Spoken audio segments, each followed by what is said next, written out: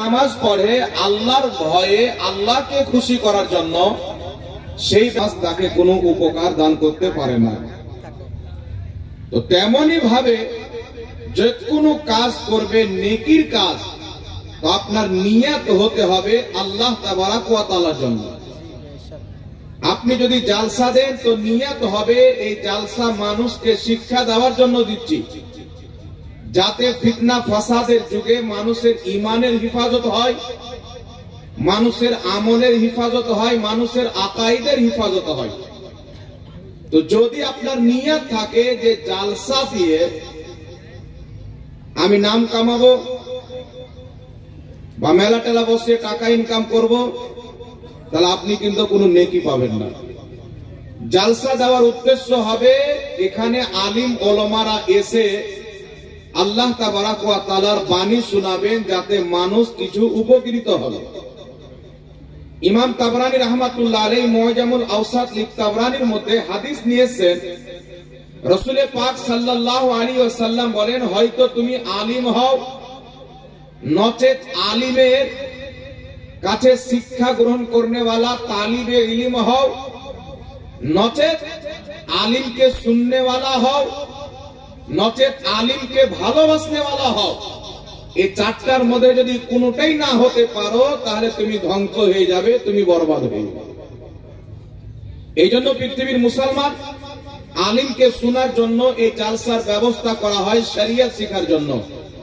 রাসূল পাক সাল্লাল্লাহু আলাইহি ওয়াসাল্লাম বলেন, ইমাম ফখরুদ্দিন রাজি তাফসিরে কবিরের মধ্যে হাদিস উল্লেখ করেছেন, যখন কোনো ব্যক্তি ইলমে দ্বীন শিখবো বলে, ধর্মের জ্ঞান অর্জন করব বলে জালসার দিকে হোক, মাদ্রাসার দিকে হোক, যে কোনো প্রতিষ্ঠানের দিকে হোক, জ্ঞান শিখবো বলে নিয়ত করে, আল্লাহ পাক সঙ্গে সঙ্গে তার প্রতি রহমতের ফেরেশতা নিক্ষেপ করেন। সেই ব্যক্তি যখন বাড়ি থেকে বেরিয়ে যায়, সাইয়েদনা জিবরিল আলাইহিস সালাতু ওয়াস সালাম তার কদম তলে নিজের ডানা বিছিয়ে দেয়। সেই ব্যক্তি যদি রাস্তাতে মারা যায়, আল্লাহ সুবহানাহু ওয়া তাআলা সেই ব্যক্তিকে শহীদের মর্যাদা দান করেন। এই জন্য পৃথিবীর মুসলমান, আজ আপনারা জালসা শোনার নিয়তে এসেছেন, আপনারা হলেন তালিবে ইলম।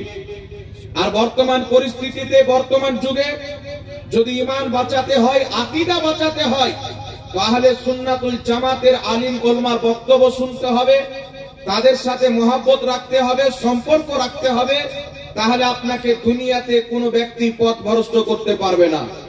নচেত রাসূল পাক সাল্লাল্লাহু আলাইহি ওয়াসাল্লাম বলেছেন, সহিহ মুসলিমের মধ্যে হাদিস, আল্লাহর নবী আলাইহিস সালাতু ওয়াস সালাম বলেন, কিয়ামতের পূর্বে এমন একটা জামানা চলে আসবে, যেই যুগে কিছু লোক বের হবে, এমন এমন হাদিস বলবে, এমন এমন মশলা বলবে, ফতোয়া বলবে, না তোমরা শুনেছো না তোমাদের বাপ দাদা শুনেছে।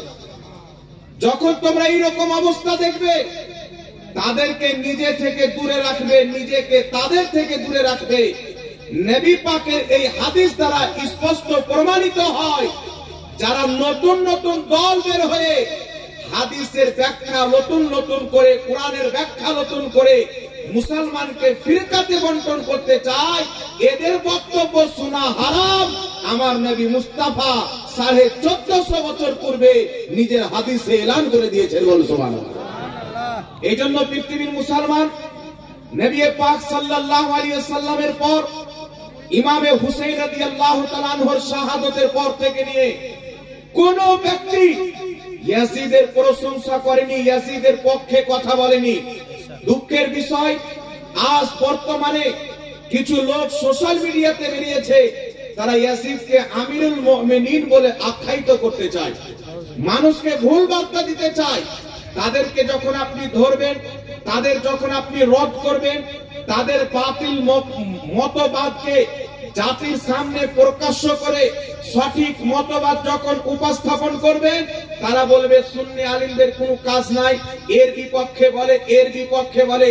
আমার নবী মুস্তাফা 1450 বছর পূর্বে বলেছে, আমার উম্মতের নামে 73টি দল হবে, 72টি জাহান্নামে, একটি জান্নাতে যাবে।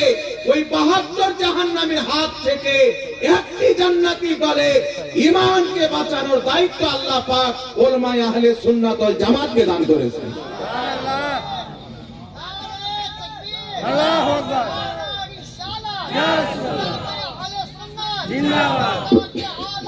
এই জন্য পৃথিবীর মুসলমান আমার নবী মুস্তাফা সাল্লাল্লাহু আলাইহি ওয়াসাল্লামের পরিবার ঘরানা আহলে বাইত, যার ব্যাপারে আমার আকা মুস্তাফা সাল্লাল্লাহু আলাইহি ওয়াসাল্লামের অসংখ্য হাদিস রয়েছে। এমন কি যে আল্লাহ পাক পবিত্র কোরআন পাকে ইরশাদ করেছেন, কুল্লা আসআলুকুম আলাইহি আজরান ইল্লাল মাওয়াদ্দাতা ফিল কুরবা। আল্লাহ বলছেন, হে নবী, সারা পৃথিবীকে বলে দাও আমি তোমাদের কাছে কিছু বদলা চাই না। নামাজ খোদা ফরজ করেছে, আমার দরবার থেকে তোমরা পেয়েছো। রোজা খোদা দিয়েছে, মুস্তাফার দরবার থেকে পেয়েছো। হজ খোদা দিয়েছে, মুস্তাফার দরবার থেকে পেয়েছো। কোরআন নবীর দরবার থেকে, হাদিস নবীর দরবার থেকে। আল্লাহ বলছেন, কোরআন যদি পাহাড়ে অবতীর্ণ করতাম, পাহাড় ধুলা ধুলা হয়ে যেত। আমার নবীর সিনাতে কোরআন অবতীর্ণ করা হয়েছে। এই পৃথিবীর মুসলমান এমন কোন জিনিস রয়েছে যেটা নবীর দরবার থেকে পাওনি?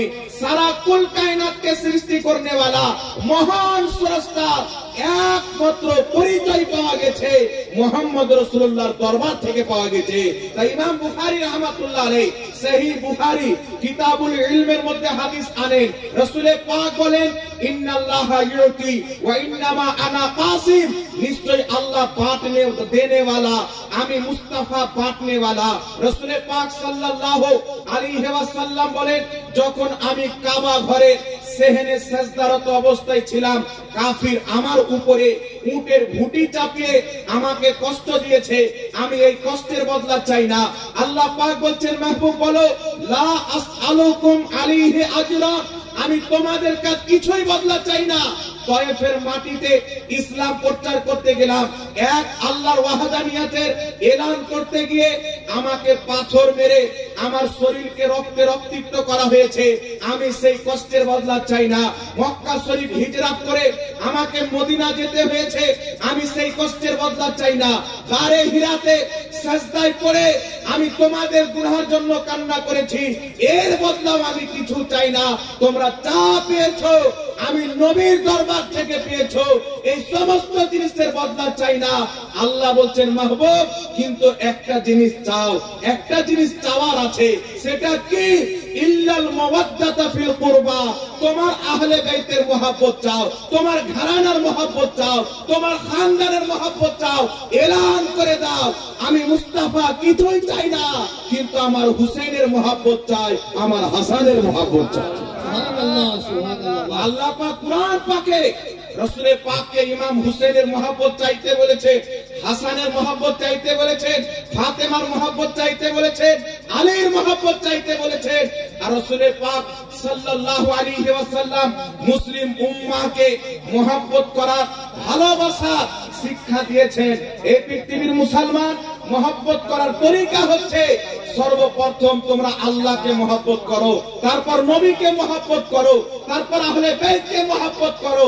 তো পৃথিবীর মুসলমান, আমার আপনার নবী বলেছেন, আমার আহলে বাইতকে কেউ যদি মহব্বত করে তো আমাকে মহব্বত করার কারণে মহব্বত করবে। কেউ যদি আহলে বাইতকে ঘৃণা করে আমাকে ঘৃণা করার কারণে করবে। অর্থাৎ নবী মুস্তাফা আহলে বাইতকে যে মহব্বত করলো, সেই ব্যক্তি নবীকে মহব্বত করলো। যে আহলে বাইতকে মানলো না, সেই ব্যক্তি নবী মুস্তাফাকে মানলো না। সুবহানাল্লাহ, সুবহানাল্লাহ।